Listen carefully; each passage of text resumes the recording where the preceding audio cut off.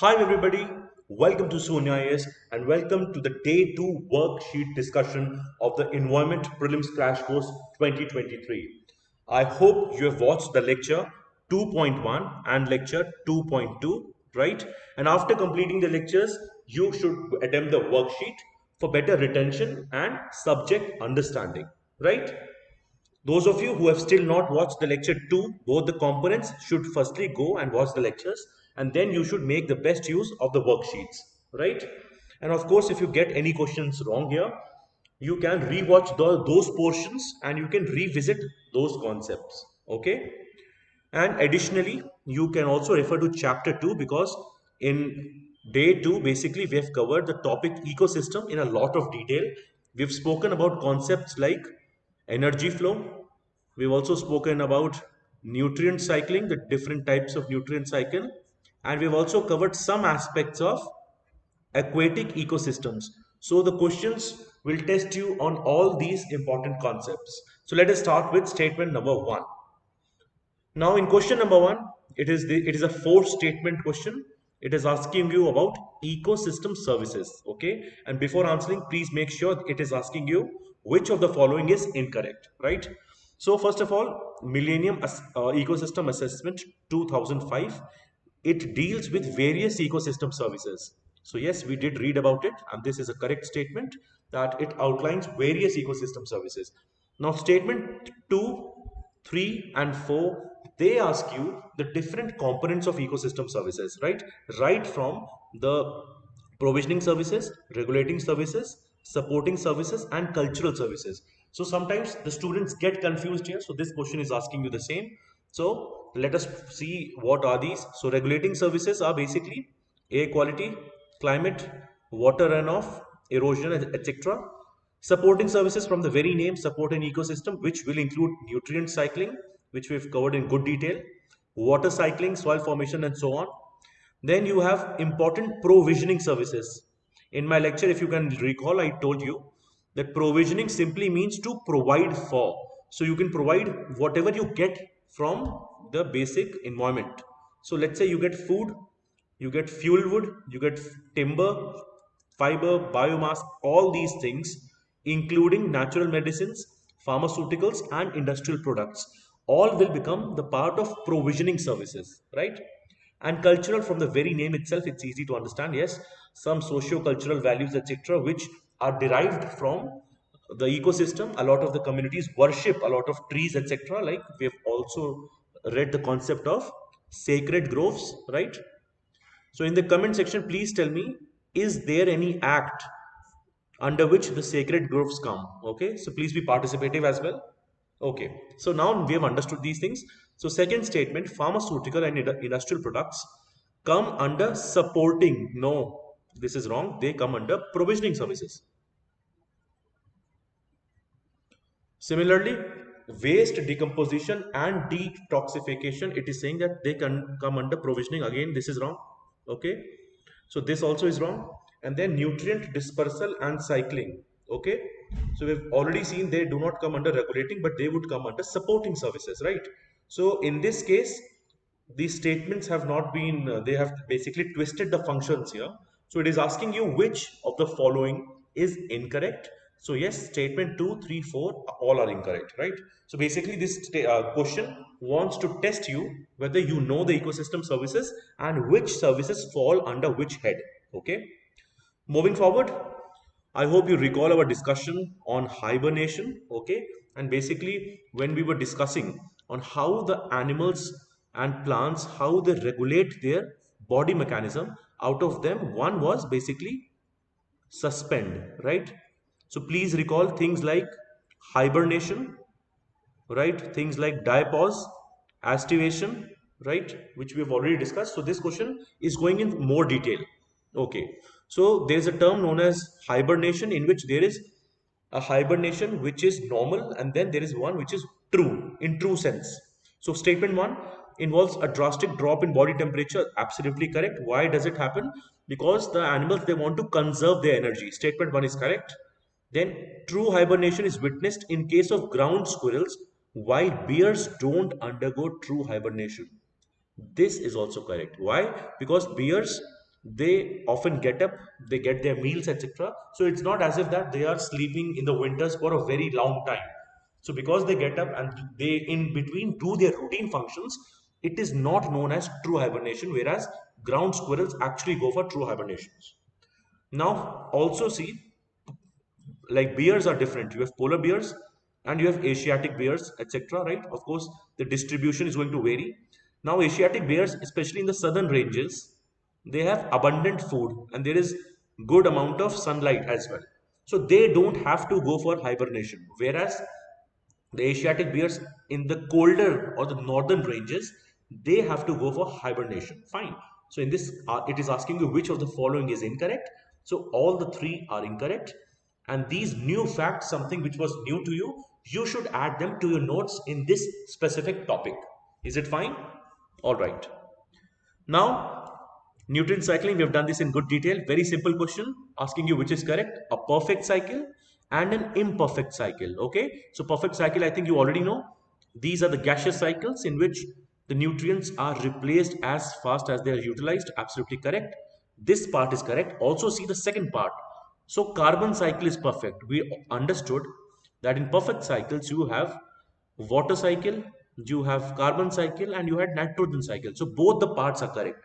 So whenever you read your statement, read it entirely. Yes, this is correct. Imperfect cycle, nutrients are lost. Yes.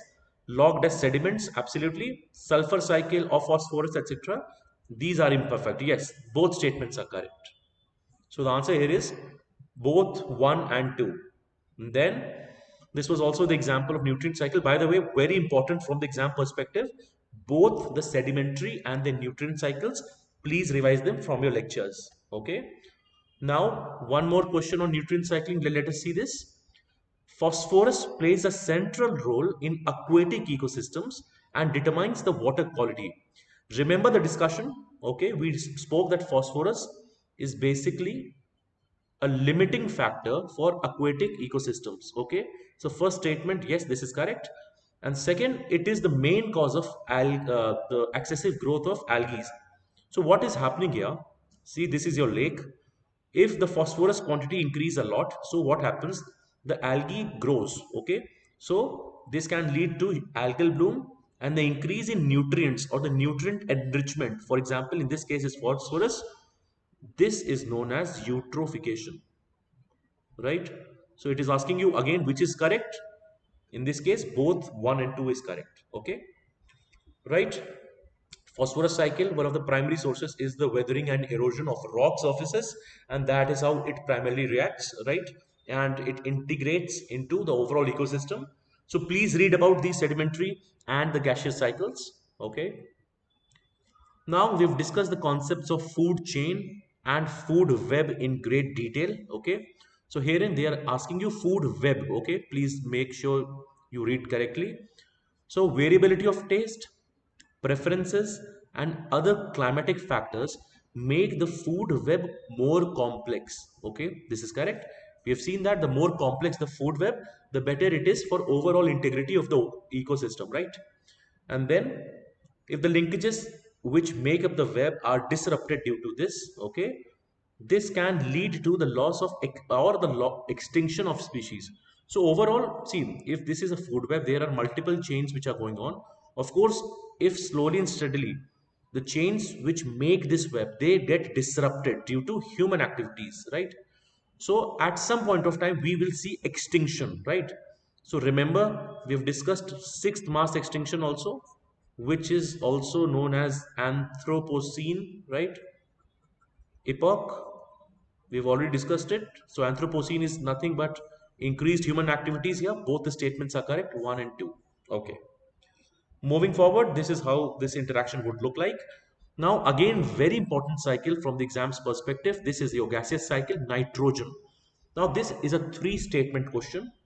First statement is asking you whether you know the different kind of bacteria which are involved in the process. So, first statement is about this. Second statement is basically talking about nitrogen pollution. Okay, and third statement is an understanding whether you are knowing about nitrogen fixation or not, right? So first statement, the name of the bacteria and whether it is symbiotic or not. So actually, Azotobacter is a non-symbiotic bacteria. Symbiotic bacteria, if you remember your classes, is Rhizobium. Now, I just would request the students to mention the name of bacteria and the different processes under which I've told you, right? This will help you recall these ones. So please do this in the comment section, okay? Second, it has become a pollutant. Why? Because the amount of nitrogen fixed by man through the industrial process has far exceeded the amount fixed by natural. Of course, because the one fixed by man has increased a lot, so we are not able to replenish it through the natural cycle. Absolutely correct. So first statement was wrong, right? Even if you eliminate statement number one, you will directly get your answer here. The statements are so framed, but again, just for our sake of understanding, thunderstorms can convert atmospheric nitrogen to ammonia, yes, which is then used by plants. Absolutely correct. If you remember the discussion on nitrogen fixation, I spoke about microorganisms, industrial processes, and also natural processes, including thunderstorm and lightning. Okay, so please revise these components properly. Right, we've discussed all these things in great detail. Okay, then with reference to food chain, this question also has a lot of elements which it is asking you. So see, a food chain illustrates all possible transfers of energy and nutrients among the organisms. First of all, food chain is a very simplistic representation. So it does not tell you all the possible transfers. For example, the saprophytes, etc. It is not telling you, right? And only it is going to tell you in a single particular linear representation. So this is not correct. Then detritus food chain is made up of saprotrophs, yes, and they meet their energy requirements, etc. by degrading. Absolutely, yes, this we have covered. So first statement is wrong, second is correct. Then in aquatic ecosystems, grazing food chain is the major conduit. Okay, this is absolutely correct. Whereas the detritus food chain is the major conduit in which ecosystem? It is land-based or terrestrial ecosystem. So third statement is also correct. And the last statement, the amount of energy flow, see very carefully, increases with successive trophic levels. Remember, we have spoken about this in great detail. When you cross your different trophic levels, the energy actually decreases. Okay, you have heard about the 10% law, that only 10% of the energy is transferred to the next trophic level. Okay, so that also makes statement number 4 wrong, right? So only statement 2 and 3 is correct in this case, right? Moving forward, three terms: bioamplification, bioaccumulation, and bioconcentration. It is asking you which is correct. We've done this in good detail. So bioamplification was also biomagnification, right? Herein, but the concentration of a pollutant actually goes from one chain to the other, okay, right? And in bioaccumulation it is only across one organism. Fine, this was the basic difference. Here what they've done, they've basically swapped the definitions. Okay, for your understanding, see, bioaccumulation, it's only across one organism and the level of pollution is increasing. This we have seen in good detail in the lecture, right? And see, in biomagnification, you have one set of organisms, other set, different set. And finally, let's say you humans can also enter into the chain at any point. Fine. So 1 and 2 is wrong. And statement 3 is actually correct. Bioconcentration is the intake and retention entirely by respiration. So also in the either in the aquatic ecosystems or in the land-based systems. So it is basically talking of the process of intake of nutrients, etc. through the process of respiration, that is bioconcentration, right? So answer here is D3 only. Then imported Montreal record sites. Again, we've done this when we spoke about in wetlands. So Loktak Lake is included. Absolutely, yes, it has been included. And why was it in, like, in which part is you find it? You find it in Manipur. We have also discussed Sangai Deer, Kebe Lamjaw National Park, etc. with respect to Loktak Lake. I hope you remember it. Okay. Second, Deer National Park was included due to invasive growth of a particular grass. Again, that is also correct, right? And then Chilika Lake was added but was removed. Okay, so yes, Chilika Lake was the first site which was supposed to be added, but then it was later on removed. So that is also correct. So herein, the statements which are mentioned here are correct. Okay, moving forward. Okay, yes. Now, by the way, when we discuss Montreal record, there are few terms. For example, Montreal record is with respect to wetlands, right? That is record. There are few confusing terms which I already told you. One is Montreal Convention. So, what is Montreal Convention? It is basically related to the movement of ships across the region of like Turkey. So Sea of Marmara, Black Sea, Aegean Sea, this region. So the movement, etc. here is regulated by Montreal Convention, and there was Montreal Protocol, right? So that is related to ozone depletion, right? So we have discussed this also, and these confusing kind of terms, etc. You should make a note of them, right? The last question for the session. So zones in an aquatic ecosystem, photic zone depends on the transparency. Yes, absolutely. Because if the water is opaque, the light is not going to get inside. Okay. So yes, the depth depends on transparency. Then aphotic zone is a reason of oxygen consumption that they've mentioned, and then photic zone is also known as profundal zone, right? So herein you have to choose the statements here. So see, photic zone is actually, it's incorrect. Okay, it needs to be a photic zone. A photic zone, let me show you the image. So see, photic zone is where the light can easily come in, right? And a photic zone, this is known as the profundal zone. This is where the light cannot come in, right? So statement 3 of course is incorrect. Okay, so this is where of course this will be incorrect here. So the question is again asking you which of the following is incorrect. So of course third statement here is incorrect. Fine, right?